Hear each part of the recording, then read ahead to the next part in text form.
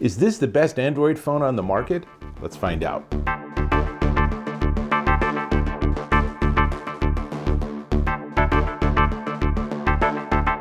Dave Taylor here with this. This is so nice. This is the Google Pixel 7 Pro Android smartphone.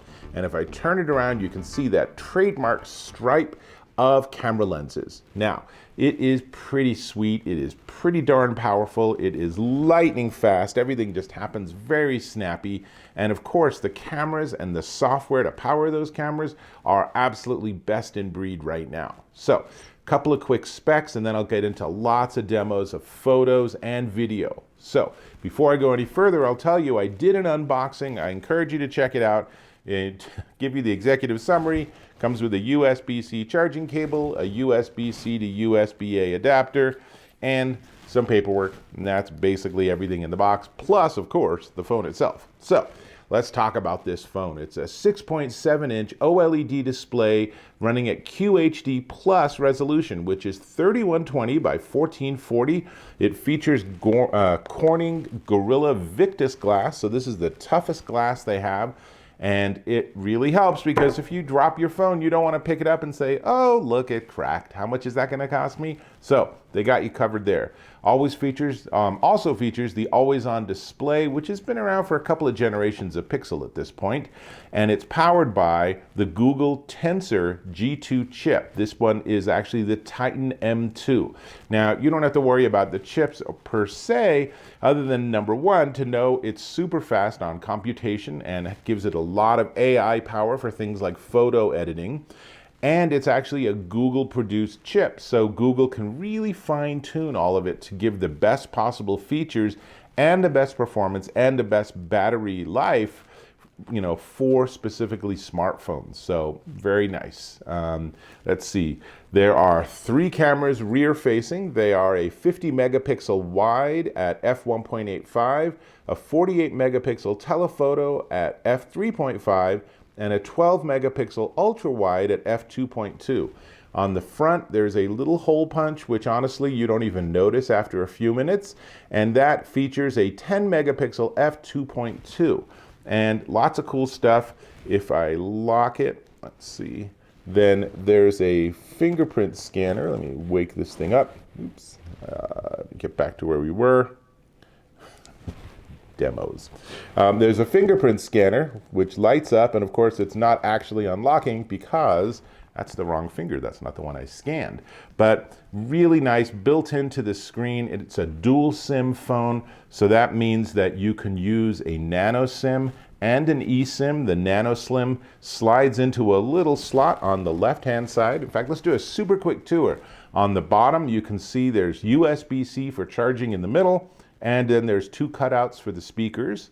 On the right-hand side is volume up and down, and separately a power button. On the top, there's really nothing. On the left side, there's that eSIM tray, and of course the eSIM tray removal tool is also included in the box, but honestly you can use a paper clip, it works just as well. And that's really everything around the 4 sides. On the back, it's just that stripe with the cameras. So, from a perspective of like physical buttons and devices, there's really not much going on because really everything is subsumed by it running Android and having you have software access to everything.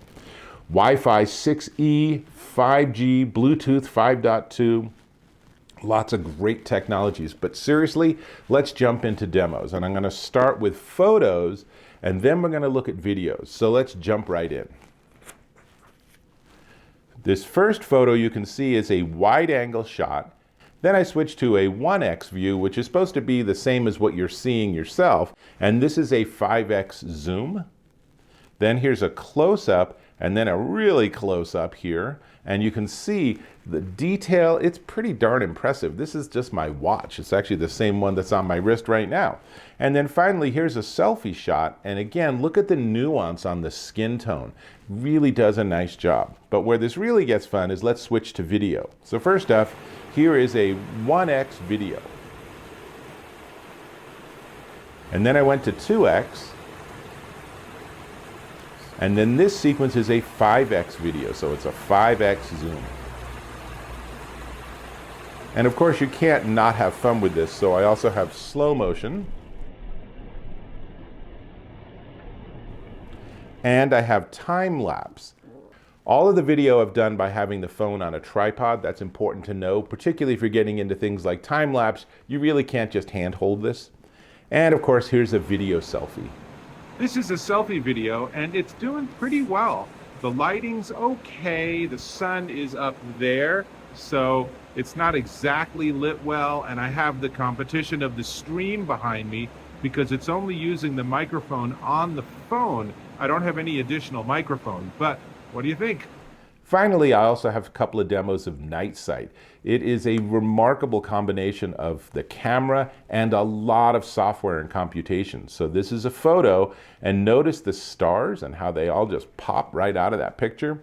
But it's interesting because when you do a lot of this Night Sight, you also get this sort of time lapse. So here's an example time lapse. It's pretty fast, but it's really cool. And this was taken at midnight on my street, so it is pretty darn dark.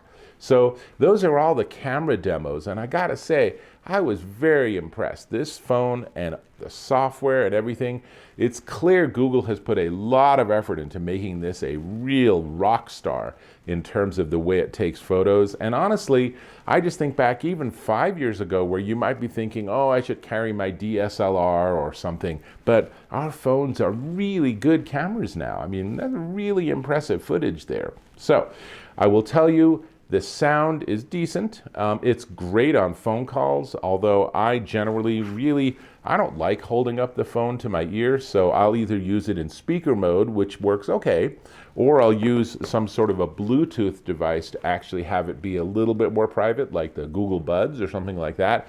And that works way better. I will note that we showed in the demo or in the tour, there is no 3.5 millimeter jack.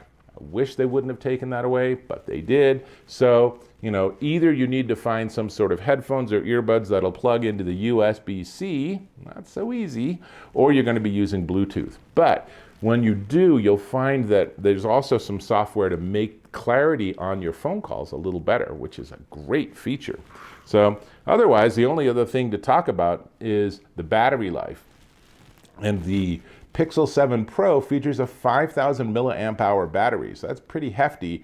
And they say it'll give you more than 24-hour battery life, and it's also Qi wireless charging certified, and you can use a 30-watt fast charger to get it to charge pretty quick.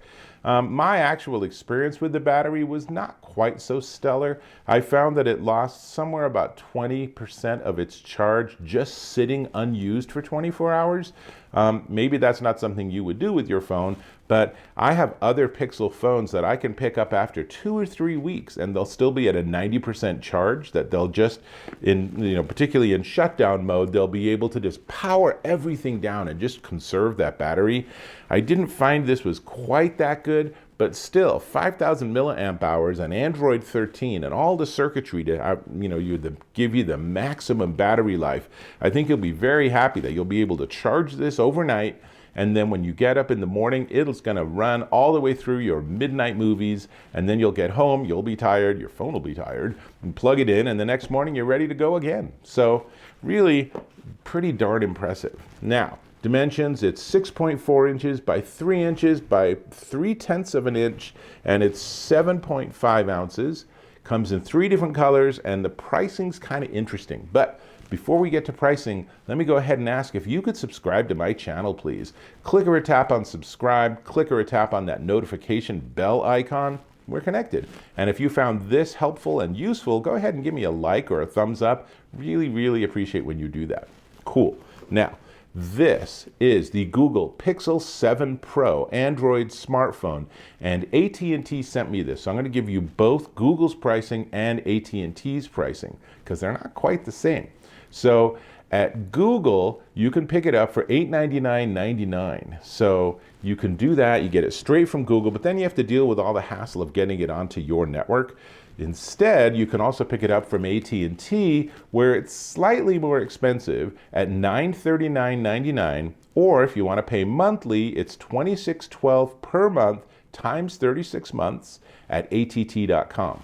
It comes in hazel, which is this color, or snow, or obsidian, And honestly, I would say this is one of the very best Android phones on the market right now. And the fact that you can pick it up for under $1,000, it's pretty spendy, but it's actually a pretty darn nice phone that's going to serve you well for years. And one of the secret advantages of having a Pixel phone is that if you're a fan of Android and you like to experiment with things, the Pixel phone gets features before any other Android phone, and it gets new versions of Android faster than any other Android phone. So if that's appealing and you have that sort of I want to live on the edge sort of mentality, this is one to check out. It's everything I got. Big fan. Sad I have to send it back to AT&T, but I really appreciate that they sent it to me to review. That's all I got. So hope to catch you in my next video.